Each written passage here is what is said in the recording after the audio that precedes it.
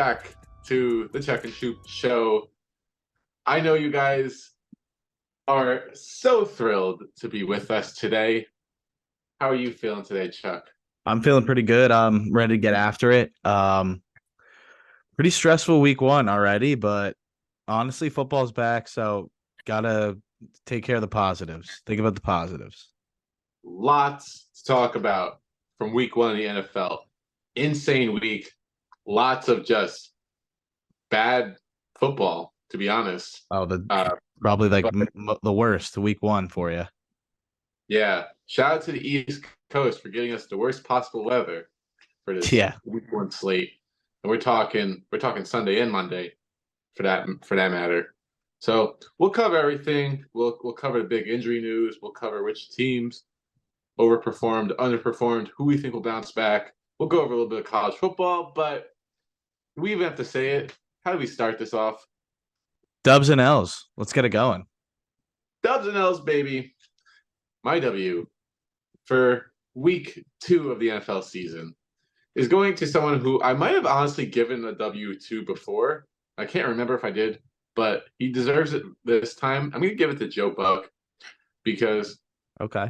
for some reason, over the last 5, 6, 7 years, I think Joe Buck has been one of the best play-by-play guys in all of sports. But he has this reputation from his earlier days, which he was very monotone and just not a very exciting announcer, a very predictable announcer. Mm-hmm. But you can tell that he has completely changed his style and he's listened to his critics and he's developed and he's made himself into one of the better guys. I mean, he now actually sounds excited when exciting shit happens. I Yeah, don't know if about you saw time. the I don't know if you saw that Garrett Wilson catch that tied the game, which that catch was absolutely phenomenal. What was even more phenomenal was the call. I'm going to play it real quick. Yeah. Garrett Wilson.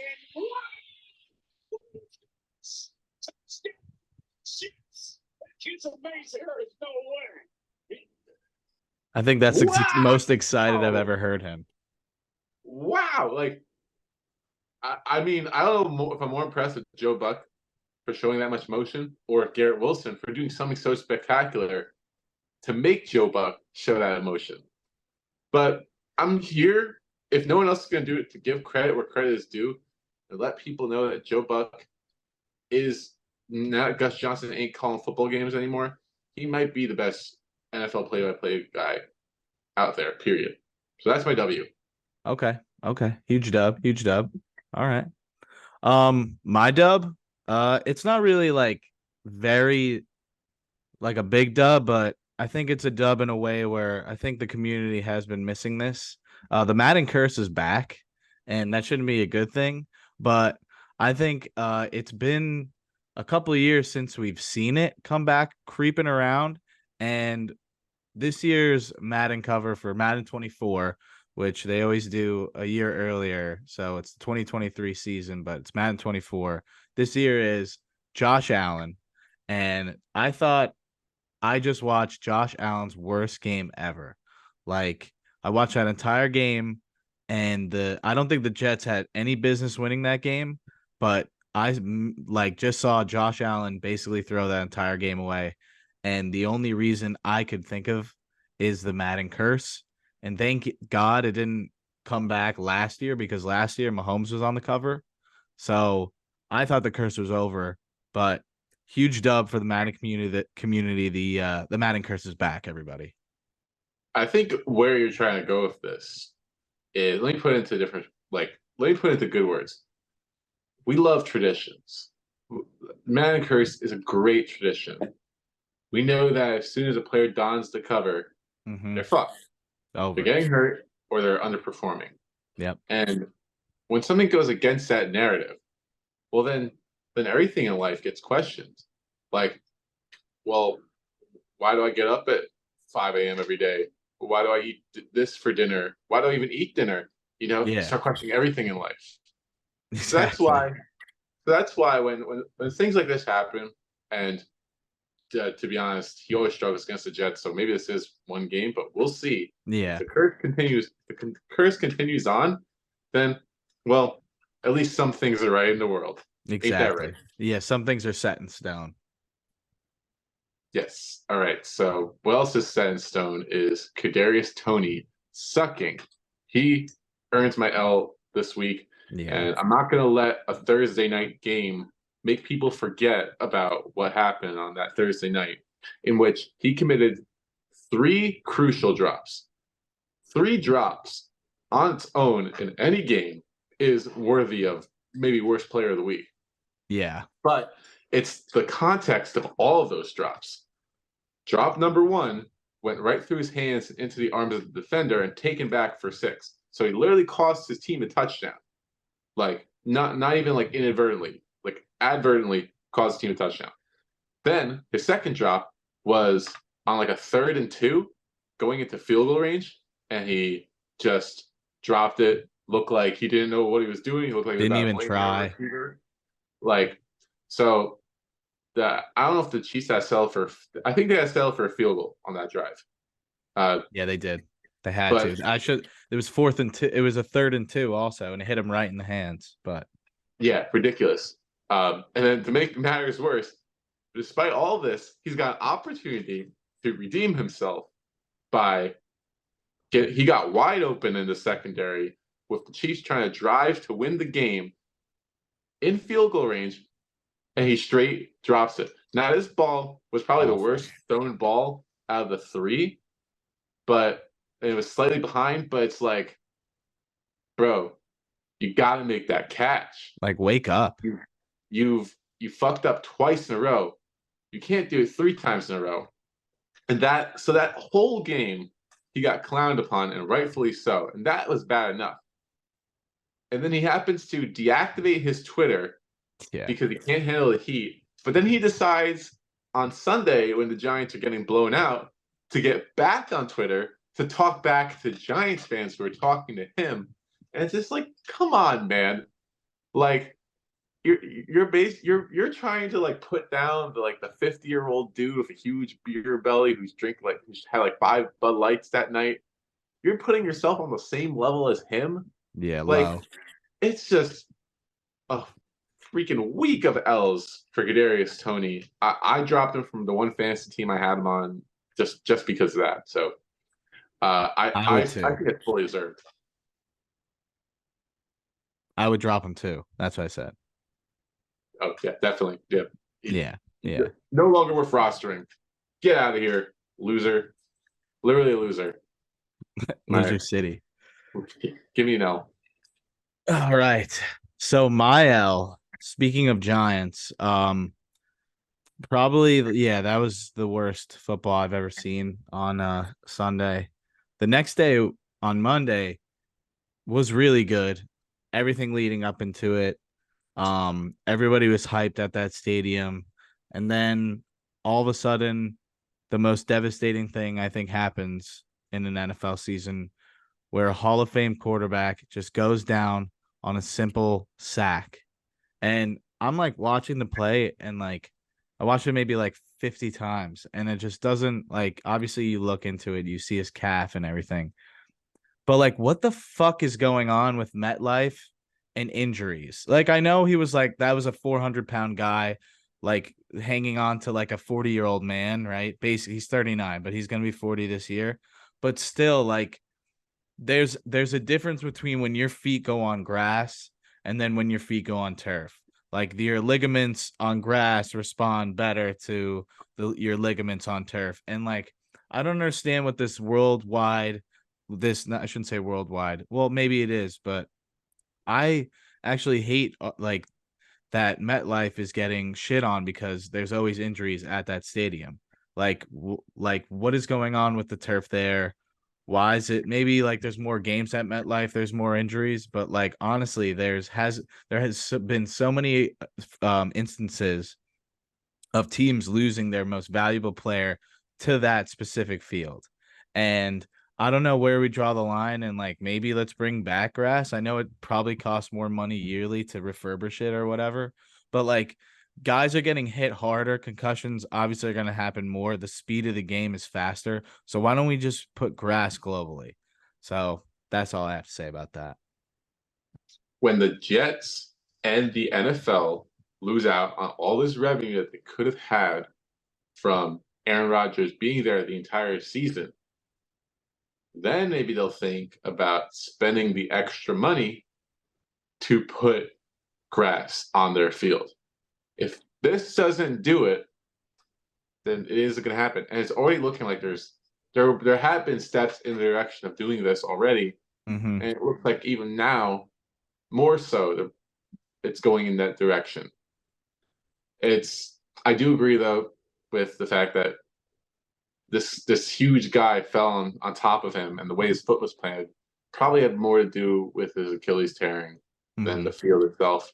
But it is a worthwhile subject to bring up, and hell, if this is the catalyst for change, I welcome it. Facts.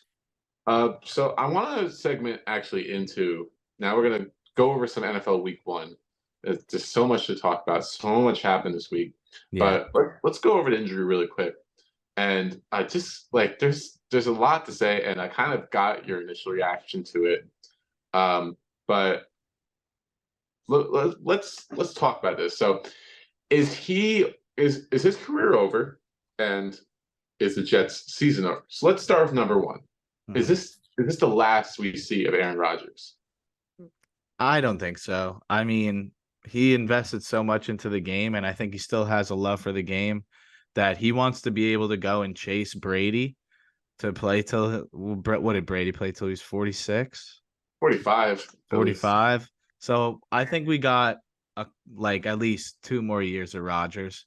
See how he um attacks that Achilles injury because it is a fucking tricky ass injury. We've seen it with athletes before, especially athletes who are probably 10 times faster, maybe 5 times more athletic than him, but he's still a dog and he's still a very good quarterback, one of the best of all time, and I don't think he wants to go out like this. So I think he'll play.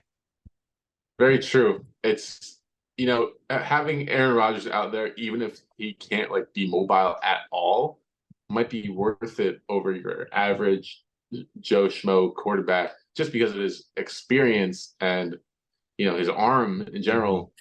It's just going to be a matter of whether he wants to go through the rehab himself. And I do think that he doesn't want to go out like this.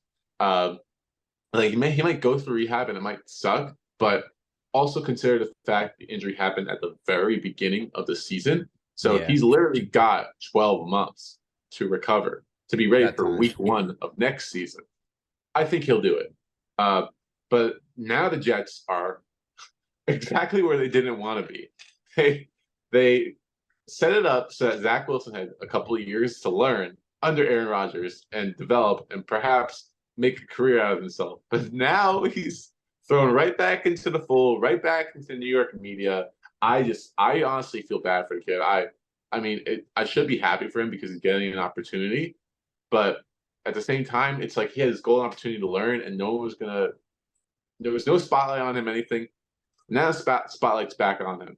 Uh, do you think the Jets season is over now, or do you think that defense can hold it up for them? I think they definitely have a championship defense. I also think you saw it on Monday night. Like Wilson looked like a little bit more comfortable than usual.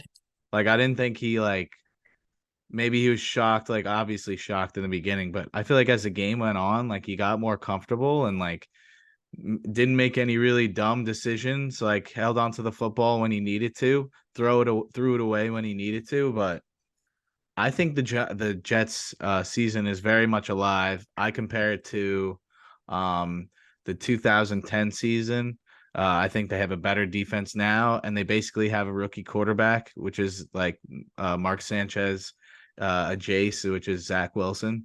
But I think Zach Wilson is way more athletic, and I think has a better arm. So I'd love to see where the Jets are in a couple weeks, but definitely don't count this team out. And their division's very tough, so we'll see what happens. But regardless, huge win versus Buffalo, huge division win, definitely huge tiebreakers down the road. So let's see That's if how you that do it. Yeah. let's see if that defense keep them in it. The Giants didn't play defense or offense or They special teams suck. on Sunday night. I don't think any of us were expecting to be that bad. No. But the question is, was it as bad as we saw on Sunday night? Is this what we're expecting from this team this season? Or do you think the result was a bit fluky? Um, I mean, like as a fan, I want to say it's definitely fluky. I mean, you have a center, a rookie center, starting and then blocking against, I guess, one of the best D lines in the NFL. So, I mean, there's definitely a lot of negative, but there's definitely positive. I think they can't get any worse than what we just saw.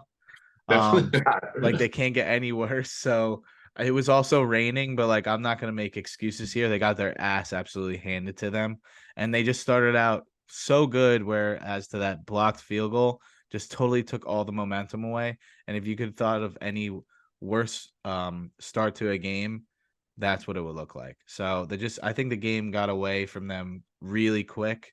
They could still move the ball, like that line up front. It's a long season. They'll figure it out, but they definitely don't look like a playoff team. I saw some great things on that first drive. I was really excited for this team. And Yeah. then it was the false start penalty and then the botch snap. Two kind of like had nothing to do with play calling or anything. It's just like undisciplined fundamentals fucked up. And then the game just, unlucky pick six, which hey, maybe it was a hospital pass. But the game just got away from the game plan got totally wrecked. Yeah. What I worry about most, I was excited about this offensive line coming into the year because they played well last year, and Evan Neal is going into his second year. We saw how Andrew Thomas developed going into his second year, but it didn't look like Evan Neal, who was going against Micah freaking Parsons, but it didn't look like he developed at all. No. If that is a theme that continues throughout the year, and we'll have to watch this week because the Cardinals displayed a pretty good pass rush in their week one loss. If it doesn't improve this week, if it doesn't improve against the Cardinals, we're doomed. It's Yeah. Neil has to develop because we spent such high draft capital on him, and we need this line to be good because we don't have receivers that can make up for it. Nope.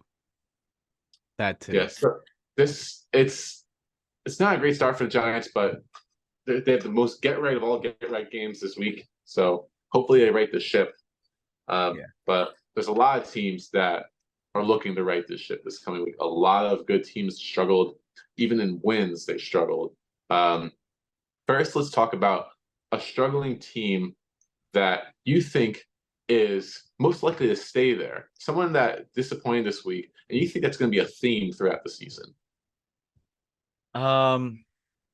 One team that I definitely want to shout out is, and I hope it's not true because I actually I want to see this team do good, but even though the Broncos only lost by one, like are they going to be a football team that you look at and you're like, oh wow, these guys can definitely beat us? Or you could just going to look at the Broncos as like, it'll be a tough game, but we're going to win, like regardless.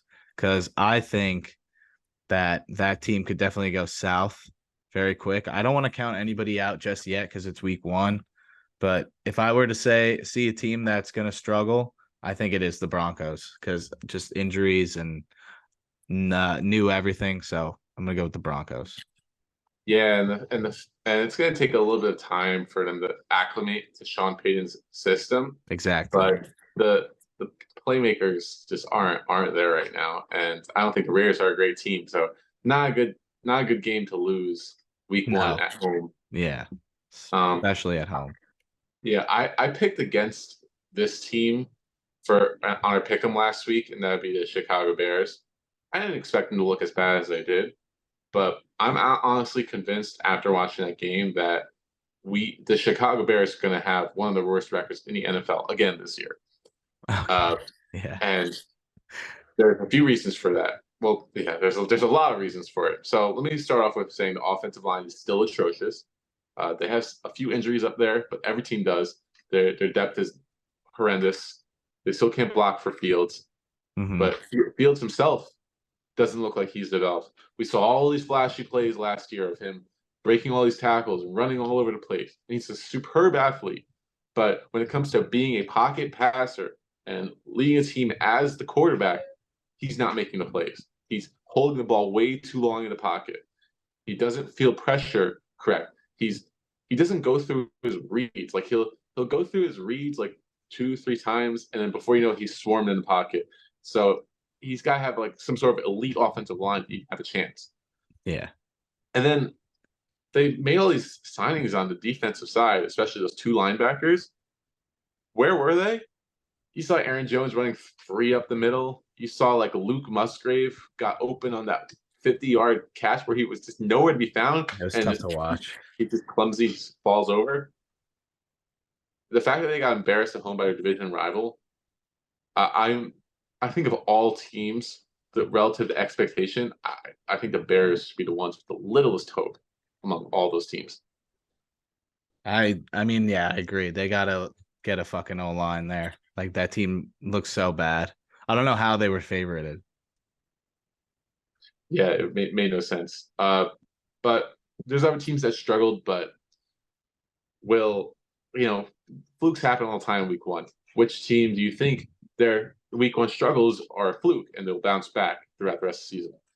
Yeah, you know how I'm gonna go with the Chiefs. Like obviously they threw they were up 6 against the Lions, and I'm not saying the Lions are like a shitty team, but like I'm definitely saying like they wish they had that one back. All they had to do was make a stop, and maybe if there wasn't a pick six, they'd be up 2 scores. Defense definitely couldn't get it done in the end, and that's definitely what they've been talking about probably all this week. Especially they have to go and play the Jaguars, who's definitely, I think, a better team than the Lions, especially offensively after what we saw this past week. They got Chris Jones back, they got Kelsey back, so hopefully they put their money where their mouth is. And Chris Jones plays to the ability where he's a Hall of Fame defensive tackle, and then Kelsey, even though he has a bruised knee, he fucking takes over and becomes a game changer like he always has. And I'm not going to give up on fucking Tony, because you cannot give up on a player like that, because I still think he has the raw talent and ability to make the fucking plays. Dude almost won Super Bowl MVP with that punt return. And almost scored. You have to have faith in him. Yeah. All he has to do is catch the fucking ball. Like literally just catch the ball, have more than 1 yards receiving, and we're good. The Chiefs always do this. They're working with a new offensive coordinator with Matt Nagy, who was the quarterback's coach last year. So they're gonna have to get used to a lot of things, and there's gonna have to be a receiver to step up. They're rotating 6 guys, so it's a rocky week 1, but I think week 2 will be better for them. I like that pick. It's always a good bet to bet on Andy Reid coming off a loss. Mm-hmm. The Bengals are a team that was on the cusp of being in the Super Bowl last year, and they started off slow. They were 0-2 last year. They started off the season, and they always seem to lose to the Browns. Not worried about them. I even called the upset on the show. Burrow's got to get healthy. I didn't think he was healthy last week. It showed. He's got to get healthy, but he will. He'll get healthy eventually. T. Higgins isn't going to get 8 targets every game and capture 0 of them. It's just not going to happen. For whatever reason, the Browns have their number, just like the Jets have the Bills number for whatever reason. Yeah. Just like the Rams have the Seahawks number. I think the Bengals will rebound eventually. I don't know if it'll be this week. Might take a few weeks, but they're still a Super Bowl contender in my eyes. I just think that they played in a sloppy weather game and it just wasn't their week. So I see them bouncing back for sure. Now, I agree. Now let's reverse the roles a little bit. So let's talk about a team that had a good week, but the results were fluky, and you expect things to go south from here.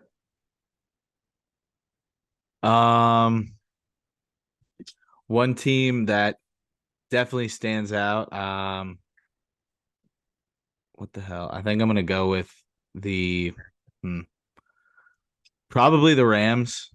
The Rams right there, just winning right off the bat against the Seahawks, who the Seahawks were missing their tackles, right?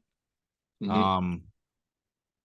I just think Aaron Donald is definitely a game wrecker, but I'm definitely going to go with it. The Rams are definitely fluky. Like Matthew Stafford is a good quarterback. I think the Seahawks definitely came out flat in the second half of that game. Um, but the Rams, like they just don't have a good roster.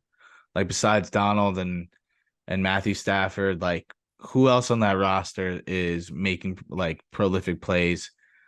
It's just week one, and I keep saying that, but I think the Rams are definitely a fluke. I could see that. And like I said, they seem to have the Seahawks number for whatever reason. It happened Mhm. last year where the Rams were a much worse team on both sides of the ball, and they kept the games close every time. So I agree with that result. And I don't think that I think the Buccaneers have an opportunity to be a very overrated team after this week. Yeah, Uh, they the Vikings made so many mistakes to shoot themselves in the foot in that game. Kirk Cousins with an interception and a fumble near the red zone on turnovers. 2 consecutive drives. And look, I love Baker as a competitor. I know you. I know you saw that video of him talking shit to the DB, like, Yeah, "Yo, get off me, boy." I love Baker yeah, knows how to trash talk, but overall, he wasn't very good, and the offensive line is still a mess. And I think the Vikings were just the better team overall in that game. And now they go and they're going to play the Bears, and I think they'll win that game too. definitely. Uh, but I don't necessarily think it makes the Bucks like NFC South contenders or anything. I mean, they might hang around the division a little bit, but Yeah, it's such a uh, shitty division. Yeah, Baker's going to have his struggles, just like Burrow had his struggles. He's going to get better. Baker had a nice game, but we're gonna see the reason why so many teams have been willing to let him go. It's gonna come up. I agree. All right, and lastly, team that had a great week, and you think it's a sign of things to come. Oh my god, the Dolphins. I think the Dolphins fucking like balled out. Like maybe JC Jackson had money on the Dolphins, but I think like the Dolphins have such an elite offense. Their defense stepped up in a huge way. Um, the Chargers maybe shot themselves in the foot a couple of times, but I think the Dolphins are scary good, and I think Tua is an elite quarterback.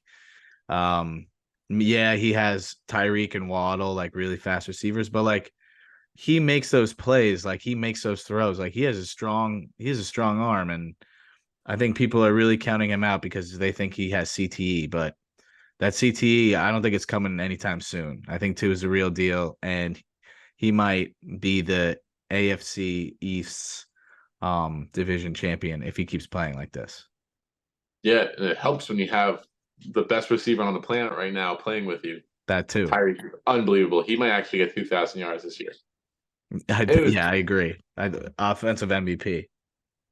it was absolutely incredible to watch, and lots of really great results from teams. I do think that the Dallas Cowboys showed they have a legit defense, but I do think some fluky plays went their way a little bit. But how about total end-to-end domination by the San Francisco 49ers against the Pittsburgh Steelers? I picked the Steelers, um, at Yeah, least thinking it would be a more competitive game. you're not the only one. I mean, the Steelers looked great in the preseason. It turns out it didn't matter at all, like it never does. Um, but the 49ers dominated from end to end. On offense, they're clicking on all cylinders, put that game to bed early. Ayuk was balling over Patrick Pearson, embarrassed him, and that defense just showed no mercy. With Bosa now in the fold for the season, I think the 49ers are the NFC clear-cut favorites right now to reach the Super Bowl. Yeah, they haven't skipped a beat. I totally agree. All right, but we ain't skipping a beat either. We're about to Mm-mm. hit our NFL picks. But before we get into Yes. our NFL picks, Chuck, hit us with some quick college football locks. All right. So right off the bat, quick. I got 4 picks for you. I'm 3-3 in college. So I got LSU minus 9.5 against Mississippi State.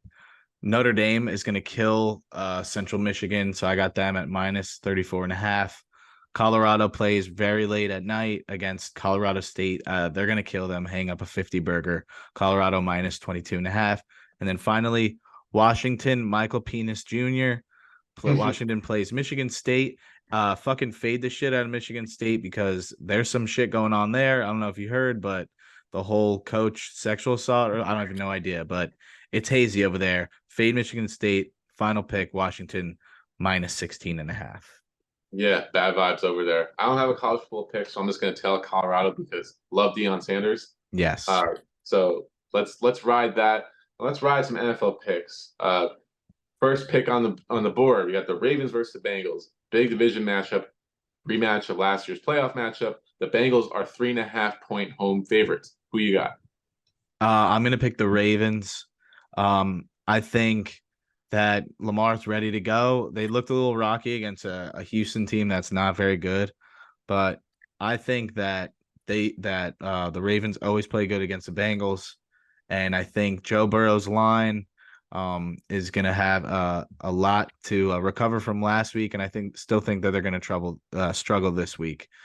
Because it doesn't look like they were on the same page whatsoever, even though it was raining. Like, and even though that the Browns have Myles Garrett, but I still think that Bengals O line is questionable. Yeah, I agree with that. First of all, shout out to myself for going 3-2 in my first week of picks. So first positive week on the board. I'm Let's going to keep go. it going this week. I got the Ravens as well to cover this spread. I until Burrow proves that he is healthy, I'm fading him Mm-hmm. because I just think he's trying to shake off this injury, and it's not looking good. I think it'll come into form eventually, but the Ravens have revenge on their mind this game from last year, and you know injuries might have people looking the other way, but I don't think J.K. Dobbins was that much of a difference maker at the running back position. I think they got other guys. So I like the Ravens to cover in this one. Let's do it. Chiefs at Jaguars, another playoff rematch this week. This might be my favorite of the 1 o'clock slate. But who you got? If I even have to ask. Chiefs -3. Chris Jones is back. Kelsey, hopefully, probably maybe not going to play every snap, but he's going to be in there. They're going to be wary of that. I won't be surprised if the Jags come out and win because they have revenge on their mind. But I know Andy Reid has always something cooking the next week after a loss, so I can't count them out. Yeah, I find this game very 50-50. It's the most difficult game to call of the week, which is why I put it up here. Yeah. And I do think there's a good chance the Chiefs rebound with those players coming back. But I'm gonna go with the Jags, and I have two angles on this. The first one you mentioned already, revenge. I think the Jags circled this game on the calendar as soon as it came out on the schedule, Yeah, and they're have gonna to. try to get revenge. Doug Peterson's gonna throw the book at them. But another thing that you might not have thought about, playing in the humid heat in Florida in September is always challenging for any road team. So if the Chiefs have to wear their dark jerseys, they might melt under the pressure. True. It's a legitimate thing. So I like the Jags to with the hook in there to at least cover the spread. I like it. And then we're gonna go for a divisional matchup in the AFC with the Chiefs and the Colts and the Texans, two teams starting rookie quarterbacks. Two teams we really don't know what to expect from this year, at least quite yet. But who do you like in this game? Check the injury report. Richardson's ready to go. Coach said he's fine. So I'm going with AR-15 for the win. So I have to. Like, I think he looked really good. That Colts O line isn't the best, but they have like one of the best left guards in the game. Quint whatever, I forgot his name is. Quentin Nelson. Yes, Quinn Nelson. Shout out Notre Dame. So take an AR-15. Yeah, I think AR was the best looking of all the rookie quarterbacks, but I think the Texans defense, the way that they swarmed Lamar and forced him to turnovers, was an underrated aspect of that game. The offense wasn't clicking at all, but I see it as a low scoring, grind it out kind of game. And I think Richardson might be hurt, and I think that'll limit his performance. I had the Texans winning by a score like 14-13. I like it. Okay, let's go into our locks. What's your lock of the week, Chuck? So my lock of the week, I have three. So obviously Chiefs -3. I love the Raiders +9.5 at the Bills. I don't know what it is with this Raiders team, but I was just thinking the other day, they got Josh McDaniels, Jimmy Garoppolo. He used to be on the Patriots when Josh McDaniels is there. I think they got that system locked down. And I think the Bills' defensive line is not that good. I think the Raiders can definitely do a lot on offense against this team. The Jets ran all over the Bills. So I'm Yeah. thinking the Raiders could definitely do something up front and attack them vertically with Adams and fucking Jacoby Myers, who went off, who knows that offense. And I think Josh Allen is still under the Madden curse, seeing ghosts. So I think the Raiders will get some turnovers that give them an opportunity to win this game. But like +9.5, that's a lot of points. So It taking is. Raiders +9.5. And I also have Packers -1.5 against the Falcons. I think the Falcons are just shitty. And I think you're right, Shoop. The Packers look really fucking good. And I think they could definitely beat that team at the Falcons. Yeah, that'll be a game to watch. Very tight spread there for understandable reasons. My lock and my upset are kind of interchangeable. I really didn't know what to do. They're both Monday night games. So first, I'm going to go with my lock, which is the Steelers +2.5 at home against the Browns. Talk about an overreaction. The Steelers were favored in this game before Week 1 happened, and now the Browns won a sloppy over game against the team they always beat, and the Steelers played maybe the best team in the NFL, got their ass beat. But I think the Steelers are better coach, just better overall roster, and I don't think Deshaun Watson played all that well. He's going to have to beat this defense. So Facts. I love the Steelers. They might be my play of the month, honestly. +2.5. Okay. I like that. I'm a ride. Yes, and I also like the other Monday night game, the Panthers to upset the Saints. Did you know that the Saints are like 3-11 in like the first 2 weeks of the season or something in the last, or at least at the spread? They're 3-11 at the Against the spread spread. in the Okay. first 2 weeks of the season, the past 7 years. And thank you, first of all. Thank you, Mike Vrabel, for kicking that field goal to get that cover for me. Oh my God. It's insane.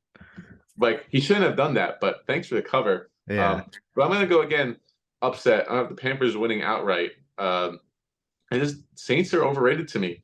And the Panthers, I think they did things right, but they just succumbed like late in the game to like bad run defense. But the Saints, the Falcons had pass rush. Saints have no pass rush. The only reason that they won that game was because Tannehill played the worst game of his life. Yeah. I love the Panthers to win an upset. And let's cap it off. What is your upset? Oh, my upset. I'm gonna go. I don't know. Sunday Night Football. I'm feeling the Patriots at home against the Dolphins. I don't know what they did last week, but I don't know. I feel like they're gonna find Belichick always finds a way to shut down your best player. They're gonna find a way to bracket Tyreek. Maybe Waddle has a breakout game and goes for the same yardage that Tyreek did the week before. But I feel like the Patriots can pull out a win at home, and Mac Jones doesn't look that bad. Mm-hmm. Yeah, or two gets concussed, and just Yeah, as we and start then they pulled out the win. Yes. Yeah. right. But anyway, thank you guys so much for tuning into this episode. I'm Shoop, I'm Chuck. Go and we Ravens. are rolling again to another week of NFL season. Subscribe to our YouTube, follow us on Spotify, and until next week, see ya. Like and comment, like and comment, like and subscribe, like and subscribe. Let's Comment and like. go. Comment and subscribe and like and then comment. And then Yes. and then DM me for Please locks. Killer episode, fam. Let's go. Yes. So what does that say? Self-poured Jedi I am. Yeah. He's drinking a beer. Self